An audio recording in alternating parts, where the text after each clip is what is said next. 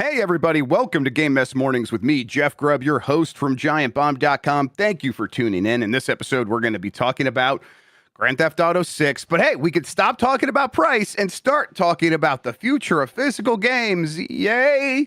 It's going to be a good one because we have Steve Saylor on the show. Steve, how are you doing? Grubb, I'm doing awesome. Thank you for inviting me on to be today. This seems to be a very interesting day for definitely GTA 6 news, and I'm excited to be able to talk about it today with y'all. Yeah, it does feel like a lot of the other news got out of the way, but we have some other stories here, sure. And then there's plenty to talk about with Grand Theft Auto. Still no trailer, but they dropped a bunch of screenshots. I don't know. We'll get into it here in a little bit. But Steve, yeah. How you been doing? How you hanging in there? Been catching your streams here and there. I know you're going to play Final Fantasy 7 for the first time. I think you said that's coming up, or did you start that? I just did yesterday. Yeah. I played the demo back at E3 2019 because that was the first and only time I was ever at E3. So I don't want to say it was the cause of it shutting down, but we can't rule it out. Can't rule it out. Exactly. Can't rule it out. But so I played it then, but I felt at the time it didn't have enough accessibility for me to be able to play. Not to say that it's gotten any better now, but I figured I'm a little bit more tolerant. I feel like my skill level has kind of upgraded a tiny bit in the past. You found the ways to sort of navigate these sort of situations a little bit more. Yeah. So I decided I was going to be like, you know what? I've been seeing everyone loving Final Fantasy 7. It's one of the best Final Fantasies. Arguably. I know some people say 6, some people say 10, some people say 14, but I don't know. Whatever. For me, it's 7. I figured, okay, I'll give it a try, and so I'll be playing that, and then I'll try to be able to jump into Rebirth, leading up to when we get Revelation next year. Yeah, excellent. I have played I'll say a bunch of Final Fantasy VII Remake and Final Fantasy VII Rebirth, and I kind of want to see them through, but maybe I could just watch some more of your stream and do it that way. That might be the move. But I don't know if it might be the best stream to watch, but it's going to be at least somewhat entertaining. It'll be a stream to watch. I bet it'll be very entertaining. Yeah, I am looking forward to the third one, so I'm kind of want to hop aboard now that it's all on Switch 2. Maybe I started playing actually Rebirth on Switch 2 in the last month when I knew I had that Hamaguchi interview coming up, and I was getting into it. It's like there's just so many other games I could be playing. It always feels bad to be playing one that is even slightly old at this point, but I don't know. Yeah. I say that, and it's like, well, then if I'm going to play an old game, I'm playing very old games. So yeah, I really should just get over that and get back to it. That's the thing with me. It's that my backlog is so large that there's probably games that y'all probably would say really, you have not played this yet, and one of them we'll probably be talking about a little bit today, and that's GTA 5. I've never played a GTA game before, so that's one game I'm thinking about. Trying GTA 5 or maybe Vice City. Might need some advice for figuring out which one before 6 comes out. So I don't know. Jeff, what do you think? Should I jump into old school Vice City, or should I just play 5 because that's kind of the more modern style Rockstar? You know what? I might actually go with Vice City because you might get some of the references they're going to make in this game, and my hunch is GTA 6 is going to be a much more pretty, technologically impressive GTA 5. I don't know if they're going to change up the way that they make their games all that much. So it might be too much of a good thing or too much of a thing if you play Grand Theft Auto 5 and then immediately jump into Grand Theft Auto 6. You'll be able to appreciate how far they've come if you go back to Vice City. So that might be the move. And don't feel like you got to play through the entirety of Vice City. I would go in there, mess around with the sandbox, do some of the missions, see if the characters strike your fancy, and then go from there. I like Vice City quite a bit. That was definitely the one I played the most of the story mode for sure. Okay. All right. Well, I definitely needed another game to be able to distract me from the deluge of September and October. So exactly. I'll go into a fugue state and play something else instead of any of the new games for sure. All right. Let's explain ourselves. We're Giant Bomb. Go to giantbomb.com/join and become a premium member. If you do, you're going to be supporting independent games media. We're out here doing our thing, and when we have you at our back, we can keep doing it the way we like to do it. And we really appreciate everyone who has come through and supported us, whether you jumped on right away or jumped on recently, and we do notice that. It means the world to us. If you become a premium member, you're going to get ad-free versions of our shows. It's also going to get you a ton of premium exclusive stuff that we're doing on there. Right now, the big thing that we have in the works is the Premium Blight. So as part of the recent Donkey Kong 64 stream, one of the goals we got to was blight one of the owners. So it's outside of the normal Blight Club people. You could also blight Jeff Bakalar or Jan Ochoa. Jeff Bakalar won that poll by quite a wide margin. Now we're coming up with a list of games for you to vote on so that we can actually figure out what Jeff Bakalar is going to be blighted with. And you can have a say in that if you become a premium member. And then when that show goes live, it's going to be for premium members. So check that out. We'll make that happen. And that's exciting because, boy, it's fun when Jeff Bakalar gets to play old, weird games. Because it's just, sometimes some of these things we'll pick for him are so foreign that it's really funny to see it through his eyes. As far as this show goes, though, everybody, most weekdays, I, Jeff Grubb, will help piece your gaming life back together. That includes breaking news and maybe even some of our own original reporting. For all these topics, I'll get the input of a bona fide expert who will make me look smart. If you were watching live on Twitch, welcome. You can always listen to the show later on podcast feeds by searching for Game Mess Mornings or find the RSS feed on giantbomb.com. You can also catch the show later with chapters and timestamps on YouTube. Hello, YouTube. All right, we have a lot to get into, so let's start the morning mess with Grand Theft Auto 6 is going to be $80. Also, you cannot get it on a disc. That is not possible. Let's get into it all right here. Rockstar and Take-Two have confirmed today, as pre-orders will go live at midnight tonight. I think is how this is supposed to happen. They go live tomorrow, but I think they're as we flip over, it'll be midnight tonight. Rockstar and Take-Two have confirmed the standard edition is $80 and the ultimate edition is $100. There is no actually early access version here, so I was kind of expecting that. And I was like, maybe they'll do a $70 and like $120 to play it 5 days early. They're kind of splitting the difference. There's no early version. The Ultimate Edition is only $100 only, and the Standard Edition is $80. We'll get into what is in the Ultimate Edition here in a second. But yeah, pre-orders start June 25th. The game is still coming out November 19th. You can preload it starting November 12th. And if you go to the store, if you go to Walmart, if you go to GameStop to get a physical version of this game, it is a physical box with a download code inside the case. No game disc at launch. Let's start there, Steve. That seems like the kind of thing you do when you can get away with it and you know you're going to sell kind of all the copies you were going to sell anyhow.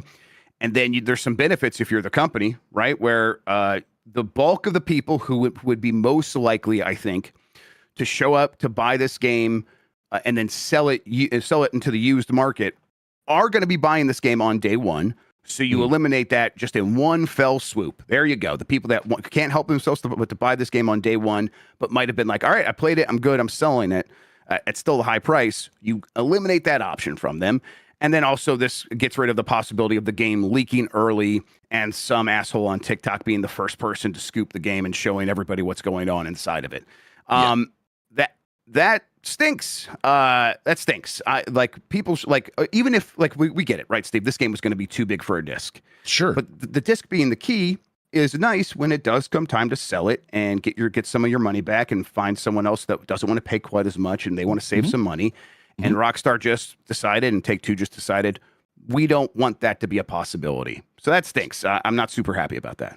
Yeah, I will say, they decided to pull a Nintendo and just decided to do game key in box. And I understand, even sort of the international market, if they're making physical discs, if it was too big for a disc, doing a dual disc sort of thing would cost a lot, of money. Oh yeah, that was never going to be. You were always going to be downloading the second half of this game. Yeah, 100%. Yeah, I think it just, even with that long, I think the tariffs still would obviously that they had to make that decision early on so that they could be able to have at least something in stores, because they know that there's going to be a lot of people that are just going into stores being like, I have heard GTA 6 and I want a GTA 6. I'll go to Walmart and pick it up. And right. That's still a lot I don't think anyone, but I had heard that there was even some friends of mine who are in rural areas that it's going to suck having to be able to download a large game. I mean, they complained about that about Call of Duty, and I agree with them on that. So it's going to again, that was always going to be the case. They were never going to put this thing on 4 discs or something like that. Yeah. So I think that it sucks, but it's just the way the industry is right now. I am glad, though, that they decided not to go with the rumored $100 cost route. Yes. Because $100 for basically a plastic case would have been a lot, and I think it would have been too much. It will be that in Canada though, because with the exchange rate, the $80 turns into probably 100. I would say potentially 110, 110.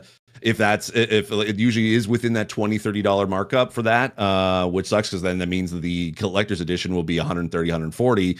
I hope that doesn't set a precedent. It's not the worst decision to have it as $80, but it's not necessarily have it the worst decision to having it at $100. But I think it's not a bad price at 80. It just sucks that essentially that you're not getting a disc with that if you buy it physical. Because another thing, so of course I talk about accessibility all the time. Yeah. We call that I generally buy, and I know other disabled folks, we generally buy physical because the disability tax is that we often don't get a chance to be able to get a refund in digital stores. PlayStation doesn't allow it. You don't know if it's really accessible until you try it yourself, right? Like everyone's situation's different. Okay, very interesting. Yep. So then we try to go for a refund. PlayStation doesn't allow refunds unless you start downloading it. Nintendo even says literally in their FAQs, if you to ask for a refund for a digital download, they're like, no, you should have looked at reviews and screenshots to see if this game was for you. They should jump up my butt is what I say to that. Go to hell. Exactly. Xbox, they have I've been able to get refunds and asking for accessibility reasons. And then Steam is the only one that actually has a more flexible refund policy. With you can play a couple hours, so that's why I've kind of transitioned more to PC gaming as of late. But removing the physical disc out of it, and that to me, if I could buy it in store and then return it in store if I can't play it, at least I can get some of my money back. But with this, I'm more than likely I'm probably not going to be able to get a refund for it because it's not going to be on Steam, so I have to buy it on PlayStation or Xbox. And I may, even though I know we have a story that's talking about it may play better on PlayStation, but I may have to go Xbox because at least they're a little bit more flexible. Yeah. And we will get into that here in a little bit. There's plenty more to talk about. You mentioned something they didn't go to the $100, and there is the $100 version. We talked about that, the Ultimate Edition. Mm-hmm. You know what? Let's just say what's in there real quick. Rockstar is also withholding significant single player content for the $100 Ultimate Edition. That version includes exclusive weapons, vehicles, clothing, safe house vehicles, and 5 businesses that the standard edition players apparently cannot access. Rideout Customs Vehicle Shop, Sarah's Unisex Salon, Stock 305 Clothing Store, Electric Fang Tattoo featuring more than 50 fail design tattoos. I'm supposing that is a real tattoo artist. And One-Eyed Willie's Off-Road Modification Shop. So that's the stuff that's in the Ultimate Edition. Let me pose a possibility here that I think I'm feeling pretty good about this prediction in that it's going to be right, not in the contents of the prediction. When they do eventually put a disc version on store shelves, which I think they will next year sometime, I think it will only be the $100 Ultimate Edition. I don't think they'll do the $80 version. Does that sound plausible to you? I think so. I think they definitely would want to be able to maybe recoup some of the cost of the manufacturing if the way that the industry is right now kind of continues, say into next year, which probably more likely. So I think that would be a safe bet. And then maybe one of those kind of cards, or you go to the thing and be like, here's just a digital code instead of just thing in box. So I would say, yeah, that's a probably good safe bet for that. And yeah, I think for an Ultimate Edition, I don't know. I think the $100. I think it depends on kind of how you want to what is the bonuses you want to be able to get for an additional 20. You get a few of the extra stuff in there that you probably would have to buy in game with whether it's shark cards or whatever that the in-game currency. You probably would have to pay the equivalent to that in there. I find it interesting about the exclusivity of the specific shops. That it's only available for So it's basically if you're a standard player, you're not allowed to enter those shops, but maybe the ultimate players can. I don't know how that works. I guess so. Do they show up on your map and it's when you enter them, hey, upgrade to the $20 to upgrade to the Ultimate Edition if you want to actually go in here. That's stupid. That's not. We've come up with more elegant ways to get people to pay more money for these things, including releasing the game early for collector's editions.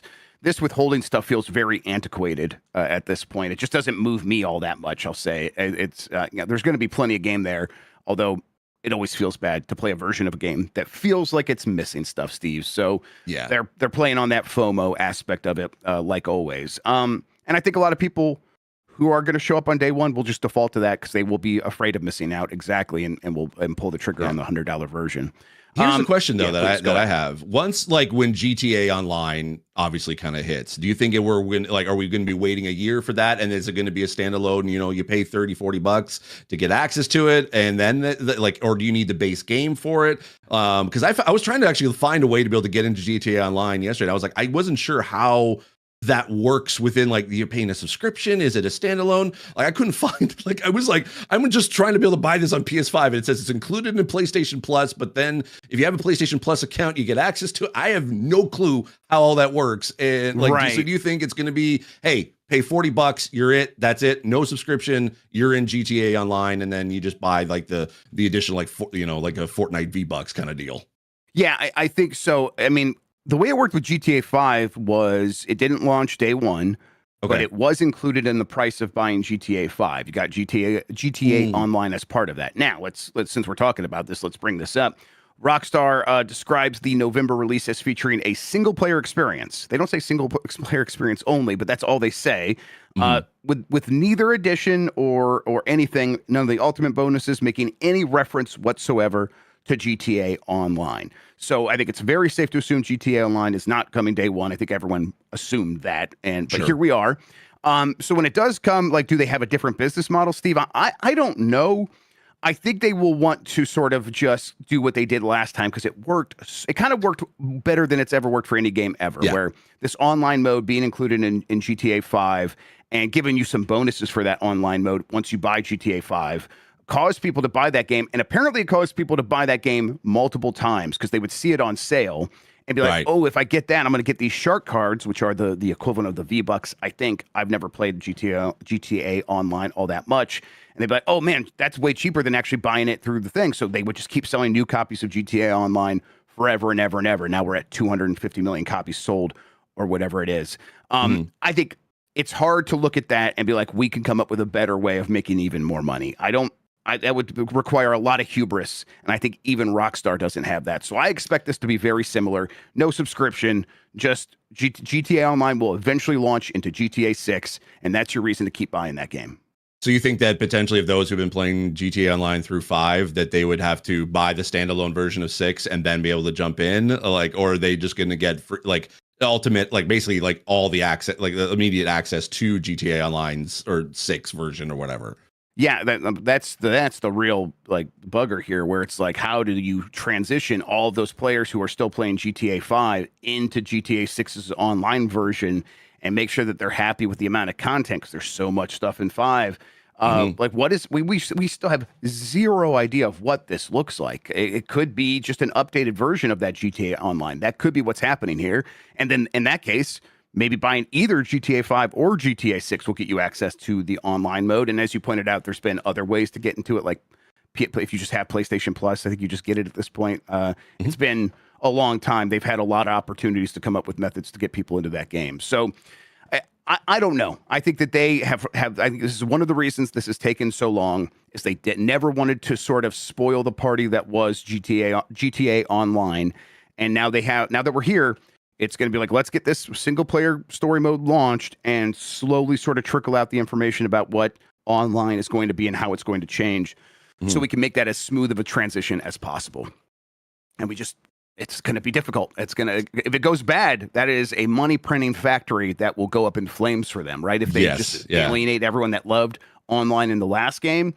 And that's got to be petrifying to them, terrifying. Do you think that there would ever be a possibility that they just would like, okay, for those who are playing GTA 5 online, that it would just automatically get upgraded with the new engine? Like, would Rockstar have the balls to to do that? Or would they be like, nope, this is a brand new version, different engine, can't do it. You're just gonna have to upgrade to 6. It's so much a non-starter, but I'm sure they considered this. I'm sure they considered all these possibilities. And I think at the end of the day, you're like, let's just have a clean break, because if we have something new, that gets people more likely to buy the new thing. And then it's just on us to make sure it delivers. And we'll have to see if it can. All right, let's see here. Is there other things that I was going to talk about before we talked about the PS5 side of it? I don't know. I'm sure we'll get into some of these other conversations as we do that. Sony did put up a blog post about GTA 6 being best on PS5. It basically says, plays best on PS5 because of its partnership with Rockstar.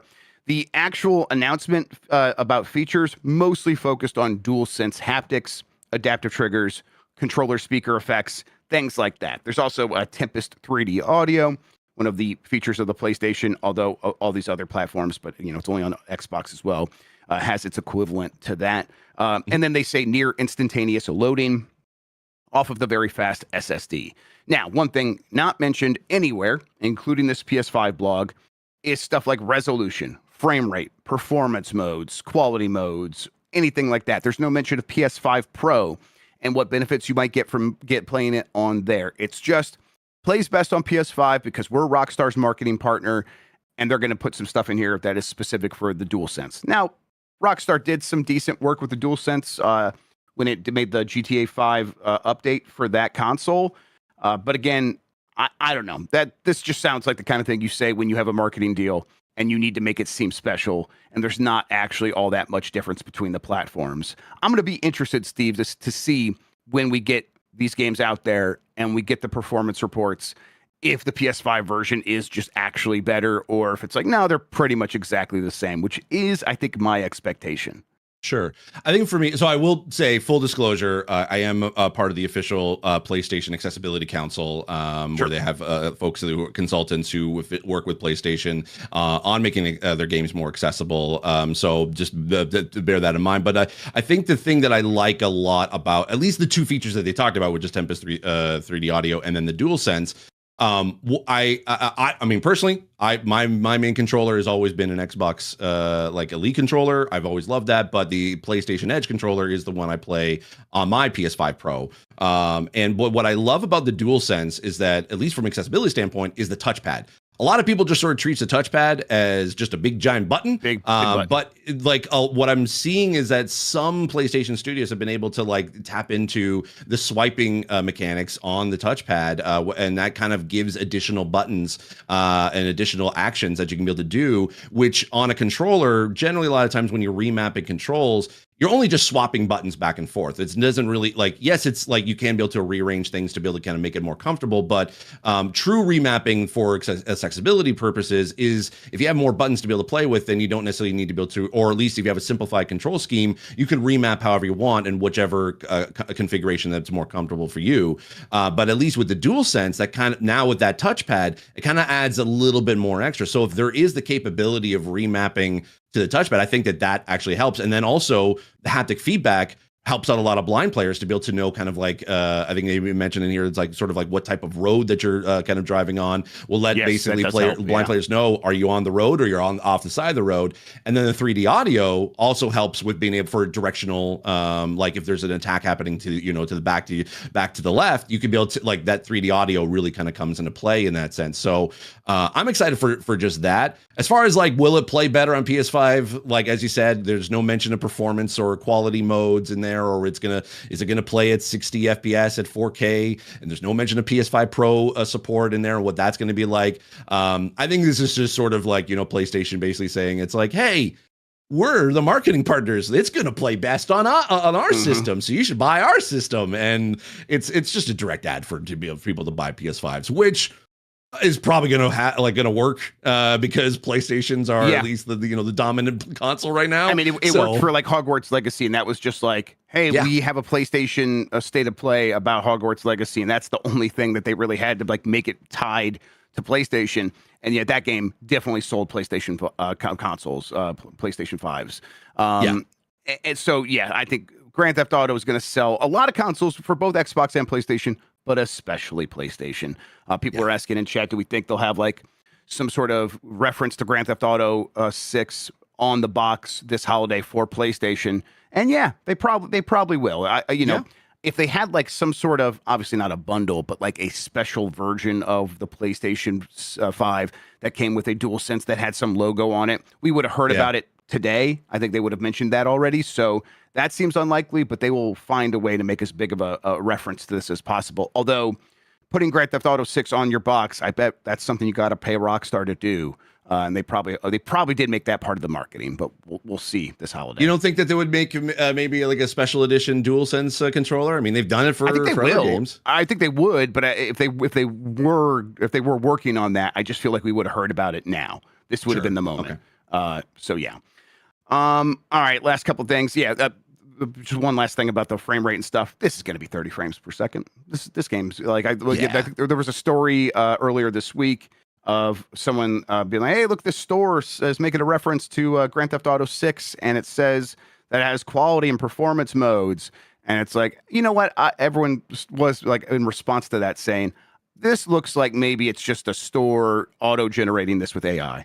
And just throwing that into the description as like, this is the kind of thing you say about a new game, and who knows if this is actually real. And here we are.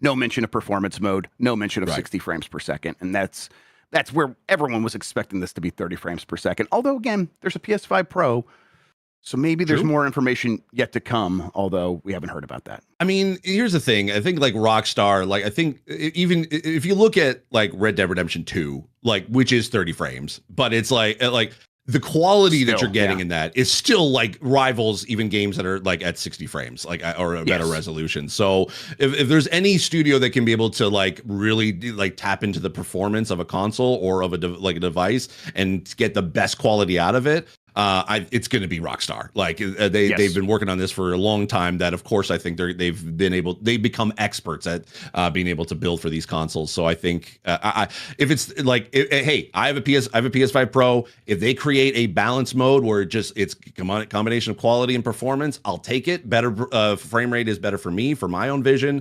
But you know, if it's locked at 30 but still looks just as good, and I'm okay with that. Yeah, they definitely or did not get hurt in any way by Red Dead Redemption 2 being 30 frames per second, right? So the lesson to learn there was improve the quality, improve the image, the resolution, make it as detailed as possible. That's what pays off. And obviously just looking at these screenshots that we've seen out there, it's clear that that's the direction they went. And it's the thing that like has me enticed as someone who's like, you know, runs hot and cold on Grand Theft Auto. It's not like one of my, that's not like, oh, if I'm a person that has to have every Grand Theft Auto game when they come out immediately. I'm looking at these screenshots and being like, I got to see this in motion and see what this world looks like. And so it's working on me as, you know, again, as someone who maybe even prioritizes gameplay over visuals. Sometimes the visuals can still be pretty wowing. Yeah. I mean, even with the recent or the most up-to-date trailer, I'm assuming we'll probably might get a trailer tomorrow, but like with that, but I think that like if they show gameplay, that I think will be definitely very telling. But like even with the previous, like I know it's, you know, cinematics and be able to, they can make it look as good as possible, but like the quality of the last trailer, like is anything close to what we're gonna get, I think that, you know, it's gonna look good regardless. And I mean, yeah, I think I'm still like, I think we're all gonna still play it regardless of whether it's 30 or 60. Last thing about this, $80. Do you think that this opens the door for the rest of the industry to be like, okay, now we could be $80, or does everyone kind of have to go, well, that's Grand Theft Auto. Maybe one day we could be $80, but not tomorrow. If shareholders have their way, absolutely, that's going to happen. But I hope it doesn't, at least just for the industry right now. I mean, we're trying to save as much money as possible in more ways than one. So I think there's, of course, GTA 6 is the only game that you could ever put it at that price and people won't balk an eye at it. Like that's why we're thinking that it was going to be potentially $100 and we would still pay it. But I think I hope it doesn't. I think like 70 is like, I know that basically the price hasn't increased a lot in the course of the past few decades with video games. And I know there's been a push to try to be able to do it because of how unsustainable AAA is. And, you know, it costs a lot more. Budgets are higher for video games than they used to be. But for me, I think it's a slippery slope. And myself personally, I would hope it still stays at 70 base standard price for now. But I would not be surprised if everybody just sort of jumps at 80. I mean, Xbox tried it with Outer Worlds 2 and they backed off. So yes, correct. We'll see what happens beyond that. Yep. I see. Yeah, like Gulator in chat says Zelda will be 80. I think at the very least, Zelda physically will certainly be 80. Zelda could even be like 80 digitally and then 90 physical. So because that's where Nintendo's been going recently, which would suck, but that's Nintendo. Nintendo, good Nintendo. Yeah, absolutely, for sure. All right, so that does it for GTA 6 for now. Let's go ahead and take our break. We'll come back and get to the rest of these headlines. If you want to skip out on these, go to giantbomb.com/join, become a premium member. You can do so there. We'll be right back.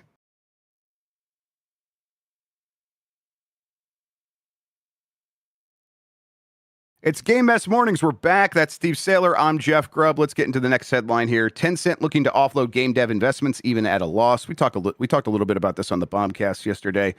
Let's get to Liam Croft at Push Square, who writes, Chinese firm Tencent is attempting to exit many of its investments in Japanese game companies, and it's willing to take a loss in the process, according to a new Bloomberg report. Due to the current downturn in the video games industry and its need to catch up in the AI space, the outfit is evaluating its investments and assessing which still hold promise to be high performers. The report names Marvelous as one of the studios it's looking to withdraw investment from, which is like, I want to say RuneScape, Rune Factory. They do Rune Factory games and stuff like that. Oh yeah, right there. This is in the next line here, of which it owns 20%. It publishes the Story of Seasons games and Rune Factory titles. While the other teams it's looking to cut ties with aren't mentioned, it's said that Tencent is preparing to sell stakes back to the original management team, even if it means incurring a loss. Tencent also owns a minority stake in Kadokawa Corporation, along with Elden Ring team From Software and Platinum Games. These investments are said to be unaffected by the company's intended withdrawal from the games industry in Japan, those ones specifically, because those would be high performers. In a statement responding to the claims, Tencent told Bloomberg, video games are core to Tencent's business. We remain fully committed to working with our investees and maintaining our strong presence in the Japanese game market over the long term. But yeah, that line up above about, oh, they want to take some of this money so they could put even more money into AI, sounds like the story across the board for all of these big companies in this moment. And I guess I wasn't thinking about that in those terms originally. But yeah, that's where they all are. They're like, hey, we know the returns are happening in AI, and how long that lasts, who knows? Doesn't feel like it's much longer. Things kind of shook apart on that yesterday a little bit on the stock market, but that's the way that goes. It continues to be weird to me, Steve, that they don't see the potential in Japanese developers when those are the ones that seem to have it figured out to me. Like they don't have rampant costs running amok. They do have their scope mostly under control when they announce a game, and then when they finally execute on it and release it. It seems like that is a culture of video game creation that has matured and gone through some growing pains that happened in early HD, which maybe were overstated at the time. And now here we are, a bunch of companies that seem to know how to make games that can appeal globally. And it's odd that Tencent wants to get out of those specifically. I don't know. Do you have a reading on this? To me, it feels like that. I mean, we've seen this across the entire industry. So, like, Tencent, like, having to be able to close studios is not necessarily brand new news. And in that regard, I mean, even just the kind of in their sort of weird analog, or at least comparison, like, Embracer Group is kind of I kind of put into sort of that sense. But I mean, you're right. I think those studios definitely, like, they know how to be able to make a game at a budget. They know how to be able to properly allocate their resources as best as possible. I think. Do you know when Tencent's like fiscal year ends? I don't. I do assume it's like this week, though. I would imagine, yeah. Like it's similar to kind of like Xbox, and that I think it was like July 1st or beginning of July is there in the fiscal. Right. I wonder if this is just sort of a way to kind of like get rid of some things off the books to be able to make their the profit margins at least look a little bit better than they probably would have if they didn't. That's my guess. They do a calendar year fiscal year, so their fiscal year ends December 31st. Oh, okay. Oh, well, then maybe not then. I don't know. I just think that the quarter's still ending, Steve. So I mean, I think that still stands. I mean, sure. Yeah.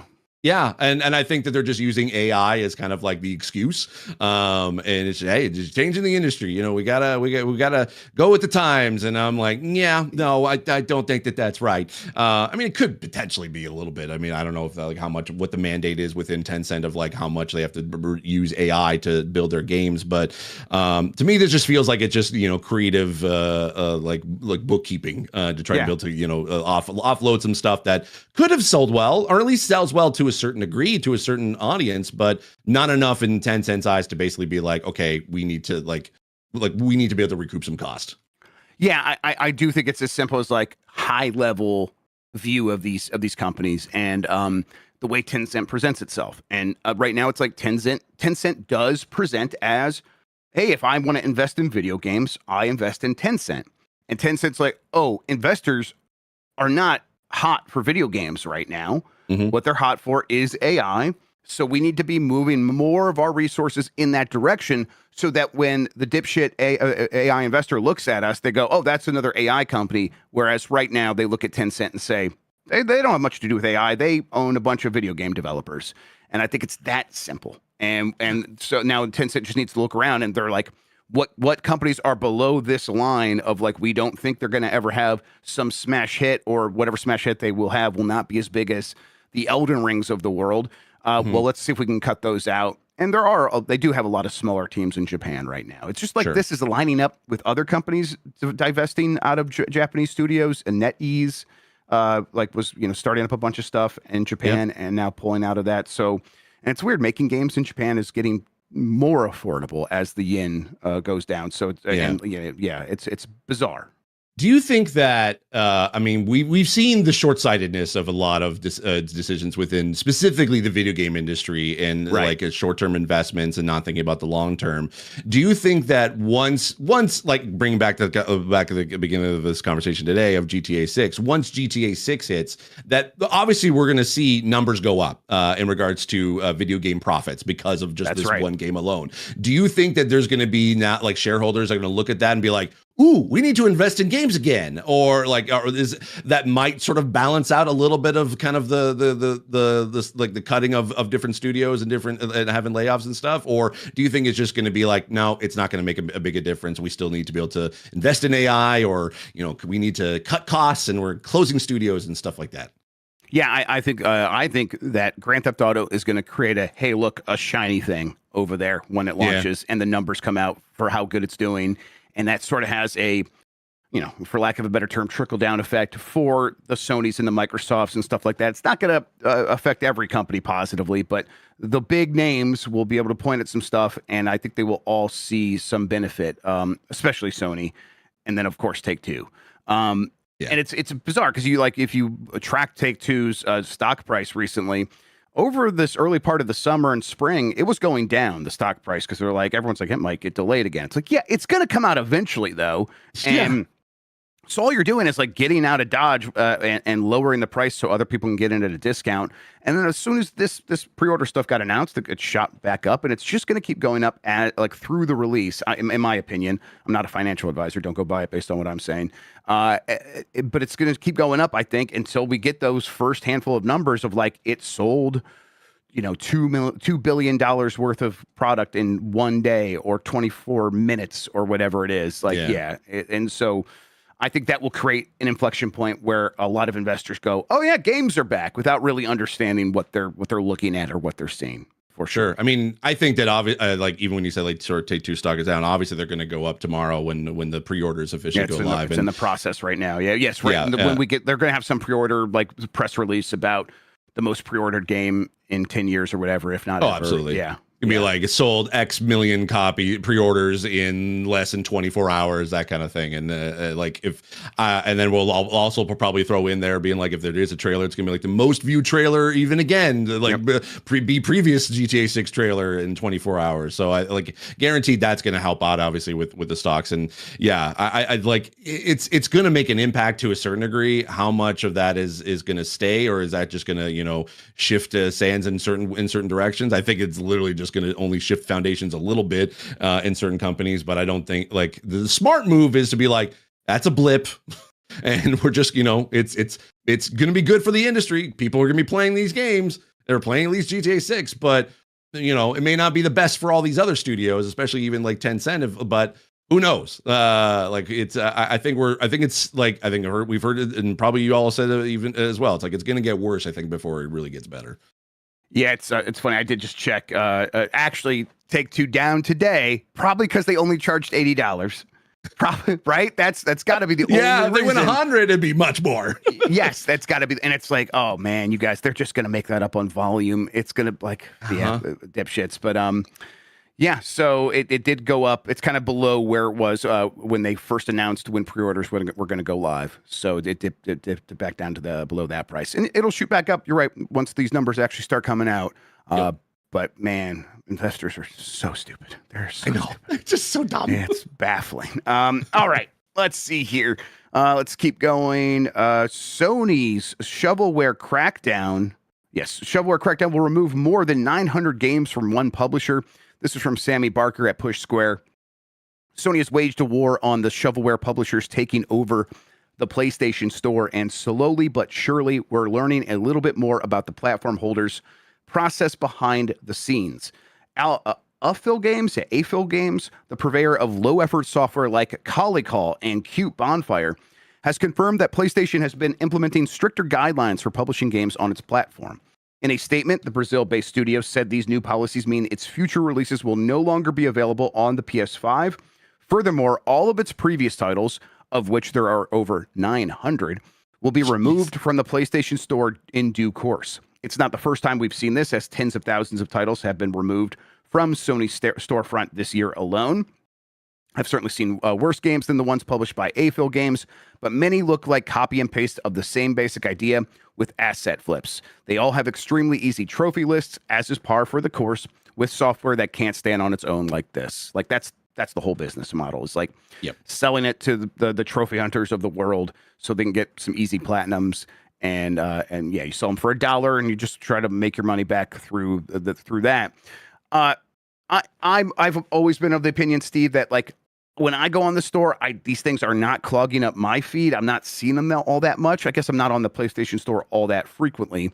But this is the kind of thing that people, when they do encounter them, and it does cause them a headache when they're trying to find a specific game, it is infuriating. It's very frustrating. And obviously, a store is allowed to decide what products are in its store. I think that's completely fair. You want to like curate to a certain extent so people don't come in and be like, wow, this is just a junk warehouse. And PlayStation doing that. And then at the same time, I'm also usually of the opinion of, yeah, but I could just not buy the thing. And that should maybe be where I filter things out, not Sony filtering these things out. So far, Steve, it seems like Sony's done a good job of finding the games that really are these truly low effort trophy hunter games. And not like, oh, this is just someone trying to figure out games and slapping some ideas to get together using the asset store. And maybe there's someone who will turn into a real game developer eventually. This is a mill for crap, and them cracking down on this may be long overdue. What do you think? I mean, I think my question is, why were they approved to be on the store in the first place? If that's the case, and what stricter guidelines are they going to now implement to be able to hopefully prevent those games from being added on? And also too, I've seen it like a couple times. I can't really use the search in the PlayStation Store, because if I'm looking for a game, unless I know the specific title, like it's going to come up with a whole bunch of that shovelware games. And I think that of course I'm a little bit more savvy when it comes to like figuring out what game is legit and what's not.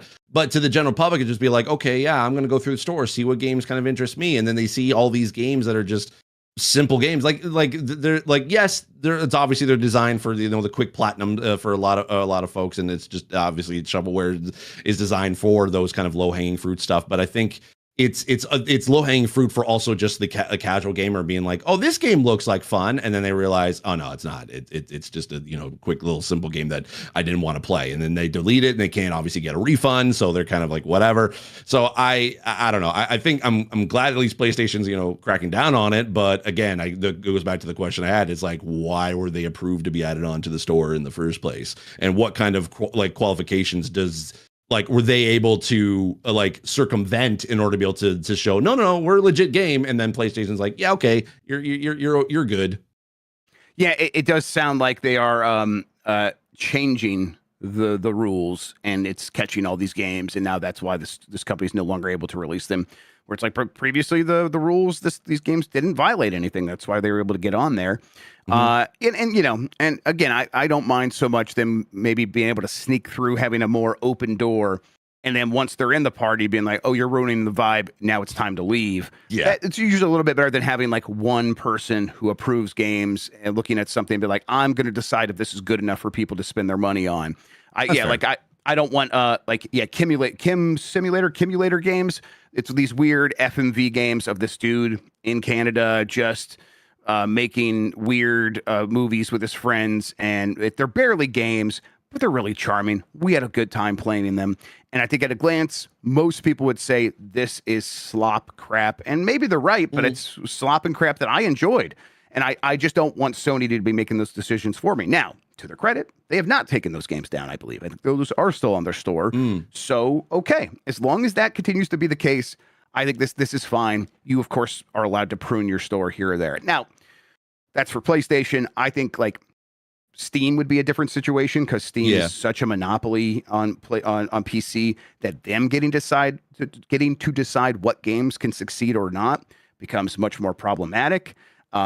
But it has its own issues, and maybe, you know what, they've done a better job at like making it easier to find the games you're actually looking for, even though more games come out on Steam than anywhere else. Yeah, and I think you're right. When you have like those kind of like developers that are just making these like weird little like avant-garde type games, of course they deserve to be able to be on each of those storefronts. But my thinking as you were talking, it was just like we were talking about AI. It's like, okay, how much is going to be like AI built games and AI slot games? That's going to be a nightmare to exactly to figure out. And it's like I don't envy PlayStation or even Xbox, because I know Steam has it where you can obviously have that label that it is built with AI. I don't know if PlayStation or Xbox has that as part of their search terms or like labels and for their games in their storefront. But it's like if they did add that kind of like opens the door to like a lot more scrutiny, and I foresee them basically being like, well, we don't want to police games. You know, if they make these games, you know, if it's fine, it plays well, and it doesn't ruin the system, then you know it's okay. And I think that just opens up more, just more scrutiny on Xbox and PlayStation's part than necessarily the developer or lack thereof when it comes to AI slop. Yep. Let's see here. All right. Last couple of stories. Let's get through these. Lords of the Fallen 2 retreats from the insane fall release schedule. It's going to be released in 2027. Robert Ramsey at Push Square wrote this story up, but the short version is that some like Soulsborne expert players tried the game out and gave some feedback and said, hey, this could use some more time. So they're going to take that time, and at the same time, they are leaving a end of the year period that was already unnaturally compressed because Grand Theft Auto 6 and Call of Duty to a lesser extent pushed a lot of games out of November and October. So everything that was coming out in September, everyone knows this story by now. And Lords of the Fallen 2, which did not, I don't think, had a specific release date, but it had a release window. Well, that window's gone now. It's coming out in 2027. So, yeah, not surprised to hear that some of these games are going to be like, hey, if we have any questions about the quality of our game, let's take some extra time just so we can get out of this maelstrom. Yeah, I think it was a good call. I mean, we're like, once we saw the announcements for September, October over the course of SGF, like I think it was inevitable that there was going to be games that were going to just, you know, like jump ship because, of course, like those dates were decided on before they even realized how crowded those 2 months were going to be in avoiding GTA 6. So I think it makes sense. And hey, if it needs extra time, I'm always for, like, if you got to delay a game to be able to make the game better, that's fine. Like, delay it as long as you possibly can, as long as it's, you know, it's going to be a better game for it, then that's awesome. But also I am now more cognizant. Okay, if people are moving their games out of September, October, I'm seeing a lot of people basically, or studios basically pushing their games to January, February, which may turn into another deluge of just game titles. It's definitely going to, yeah. So the question is like, okay, who's going to move from that sort of release date schedule? So because I don't remember the early winter months being that crowded, but it just over the past couple of years they've kind of been doing so. Like there's a lot of great games that come out early in the beginning of the year. I've noticed, but I don't know. Well, hopefully Lords of the Fallen 2, it can be able to at least find its audience and you know, not be buried by everything else. Yep. And Lords of the Fallen, I've never cared about those games, and that studio's at least the CEO kind of a shithead. Like he's like, okay, well, he's like one of those anti-woke guys. So go ahead, get lost in January or February. Go to hell. Who cares? Yeah, okay, fuck him. Exactly. Netflix reveals horror game starring Troy Baker and Sadie Sink. This is from Josh Collins at Insider Gaming.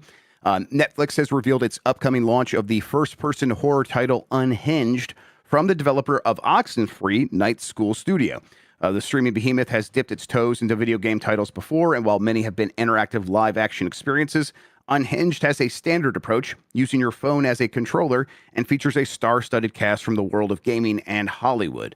Troy Baker seems to be the headliner here, and then yes, who's being played? Indiana Jones in Indiana Jones and Jonesy in Fortnite. Lots of Joneses. And then other J names, Joel in The Last of Us, for example. Sadie Sink was from, let's see, she's from Stranger Things. Thank you. Stranger Things. I think she's going to be in the new Spider-Man movie, maybe. Yep. We don't know what character she's playing, but she's going to be some sort of villain potentially in Brand New Day. Yeah. Thank you, Steve. She is a great actor, and I'm like, oh, this is cool. I kind of want to check this out. And I like Night School. They make some cool stuff. Oxenfree is interesting. And this is the kind of thing where it's like, oh yeah, I'm going to be kind of taking some time off around then. I'll put on Netflix and maybe check this out for myself. So this is the kind of thing where I actually do perk up a little bit and I'm like, I'll pay attention to this. I have Netflix. How about you, Steve?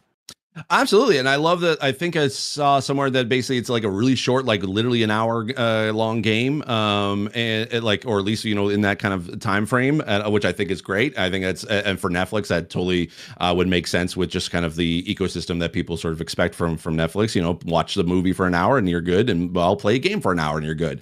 I have actually tried out the Netflix like app, like the controller app, and it's actually pretty responsive. I will like what they basically do is that they kind of like customize the phone, or it's not just sort of like, you know, you got a bunch of buttons that are on screen and then that's it. The studio basically gets to kind of like using the Netflix app, they kind of customize sort of the interface and kind of build their own UI based like that's more kind of in line with the aesthetic of the game. So I'd be very curious to kind of see what that's going to be like, that's going to look like on there. And yeah, it's pretty responsive for if you have like a pretty decent Wi-Fi and smart TV.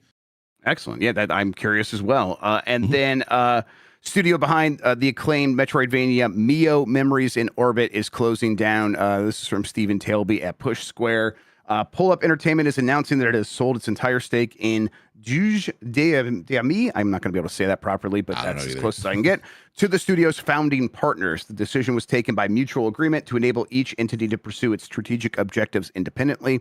The games Shady Part of Me and Mio Memories in Orbit, developed by Juge d'Ami, will continue to be published by Focus Entertainment Publishing, a Pull Up Entertainment Group subsidiary. That's the release that came out about this. Seems to be like, oh, they put that game out just a few months ago, and maybe Focus Home's parent company Pull Up just wasn't happy enough with it. But yeah, that's a shame, because that game was all right. I thought it was okay. I know Chuck really liked it. This is one that you checked out at all?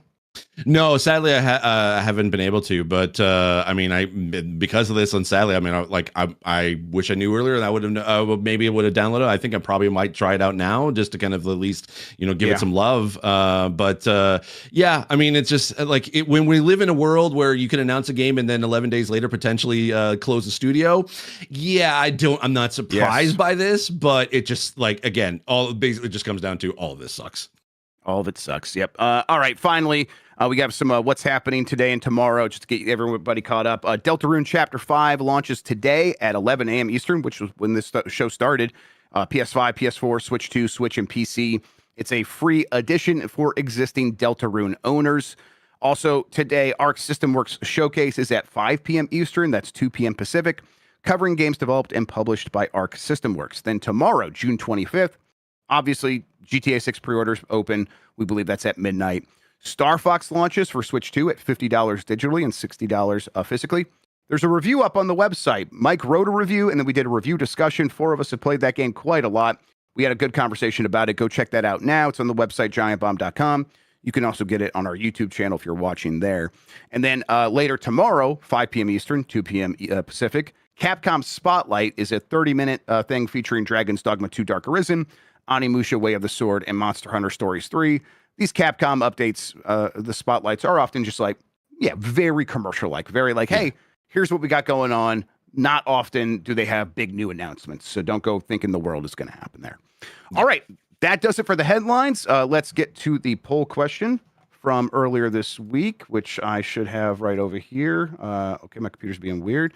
If you want to check these out and vote in our polls ever, you can go to giantbomb.com or go to youtube.com, /@giantbomb/posts.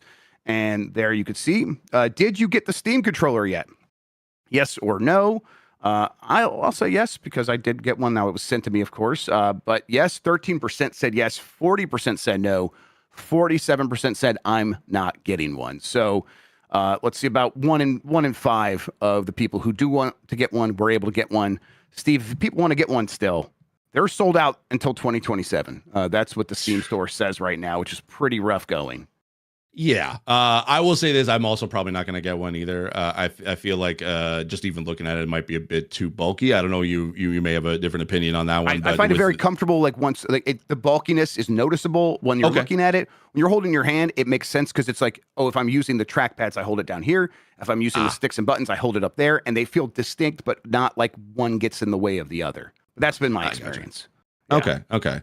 With the way that Steam, like Valve, their hardware aesthetics, it's like it's a little bit difficult for me because I play my handheld games on my Xbox ROG Ally because that's a little bit more comfortable. Whereas like with the Steam Deck, all the buttons are all at the top of the device, which makes it a little bit harder to hold. And so that's why I'm like, well, okay, they're not the most like the best for like comfort. So I was like, okay, I'm just not going to bother. Yeah, we talked to them, like they did make a big thing about. Ergonomics was our number one thing, and it's noticeable here, but many of the buttons are still at the top. So that's been a problem. I don't know if that would have changed for you. Yeah. All right. We need a new poll question, which I didn't come up with. Well, I'll come up with one while Steve does this. Steve, why don't you tell people where they can find you on the internet, where you're streaming, what you have going on, all that good stuff? Yeah, you'll be able to find me at Steve Saylor pretty much everywhere. Saylor spelled Saylor. I stream on Twitch where I talk about accessibility in games. I also play games I haven't played before and kind of look at it from an accessibility lens. Like recently, I've just started playing Final Fantasy VII for the very first time. I also have a brand new series that I started on my Steve Saylor Plays YouTube channel where I'm going to attempt to play Baldur's Gate 3 every single day for a year. And so I recently started that up. If you're interested in seeing how me bumble through Baldur's Gate 3 as a D&D nerd, I definitely recommend checking that out. And speaking of D&D, I also have a tabletop show called Dungeons and Disableds, where disabled players play disabled characters in tabletop role-playing games like D&D and also like other games like Daggerheart. We basically focus highly on accessibility in play as well as how to be able to add disability mechanics into those systems. And so it's a lot of fun. So if you want like a nice like D&D type show, definitely go check that out. Excellent. Fantastic. New poll question. Are you going to pre-order Grand Theft Auto 6? Your options are yes or no. Hell no. What are you talking about? Pre-order. So you can vote in that. We'll get the results, talk about it on tomorrow's show here on Giant Bomb. Speaking of Giant Bomb, I'm going to be doing a grub bag of various fishing games here starting after this. I'll take a second to get set up, everybody, but I'll return with that. So stick around. And then after that, it's Wednesday, so it's Blight Club. Let's see if Dan can beat Space Ace. He's got to do it eventually. I guess he doesn't have to. This could be forever. We'll see. But it's looking promising. You're not going to want to miss it if he actually does beat it. First of all, he gets to the end, makes weird Elvis noises. It's a good time. And man, we'll see if we can get to that final level today, which seems like it's a real possibility. All right, so that will be at 3 p.m. Eastern later today. That's noon Pacific, and then I'll be playing, like I said, those fishing grab bags after this. I mean, not too long after this. All right, and then tomorrow's Thursday, voicemail dump truck. Friday we'll have UPF. We're going to be playing web fishing, so tune in for all the good stuff here on Giant Bomb. With that all out of the way, Steve, thank you so much for hanging out with me today and talking about video games, man. I really appreciate it. No, of course. Thank you so much for having me. And it's love being able to chat with y'all. And thanks so much for having me on. Likewise, man. Thank you for doing this. We'll get you on again sometime soon for sure. Thank you all for watching and listening. You're the best audience in gaming. Until next time, have a good one. Take care of yourself and goodbye.